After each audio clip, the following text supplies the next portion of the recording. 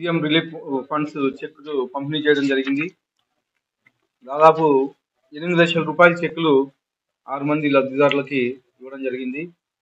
మా తెలుగుదేశం ప్రభుత్వం వచ్చిన తర్వాత, మా ఎన్డీఏ కూటమి ప్రభుత్వం ఏర్పడిన తర్వాత మా ముఖ్యమంత్రి వర్యులు నారా చంద్రబాబు నాయుడు గారు ఈ సీఎం రిలీఫ్ ఫండ్ ఇంతకుముందు ఎవరైతే అంటే హాస్పిటల్కి ఆరోగ్యశ్రీ లేకోకుండా ఆపరేషన్స్ కానీ ఇలాంటివి వైద్యం ఏవైతే చేయించుకున్నారో వాళ్ళందరూ ఈ సీఎం రిలీఫ్ ఫండ్ ఇవ్వడం జరుగుతూ ఉంది. అనంతపురం అర్బన్ నియోజకవర్గంకు మాత్రమే 60 లక్షల రూపాయలు ఈ 6 నెలల్లో ఇవ్వడం జరిగింది. ప్రతి ఒక్క లబ్ధిదారుడు మా సీఎం రిలీఫ్ ఫండ్ ఏవైతే బిల్స్ ఇచ్చారో దాని మీద 60%, 70% తీసుకోవడం జరుగుతూ ఉంది. దీనికి మేము మా అర్బన్ నియోజకవర్గం తరఫున ప్రత్యేకంగా ముఖ్యమంత్రి వర్యులకి ధన్యవాదాలు తెలుపుకుంటున్నాం.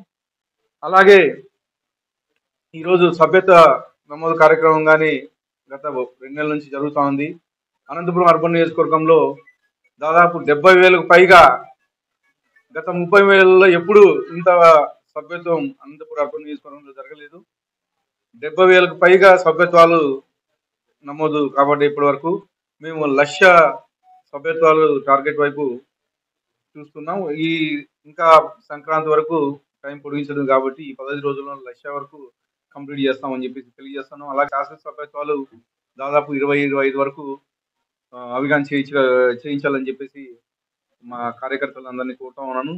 అలాగే అనంతపురం అర్బన్ నియోజకవర్గాలందరికీ నూతన సంవత్సర శుభాకాంక్షలు, అలాగే సంక్రాంతి శుభాకాంక్షలు.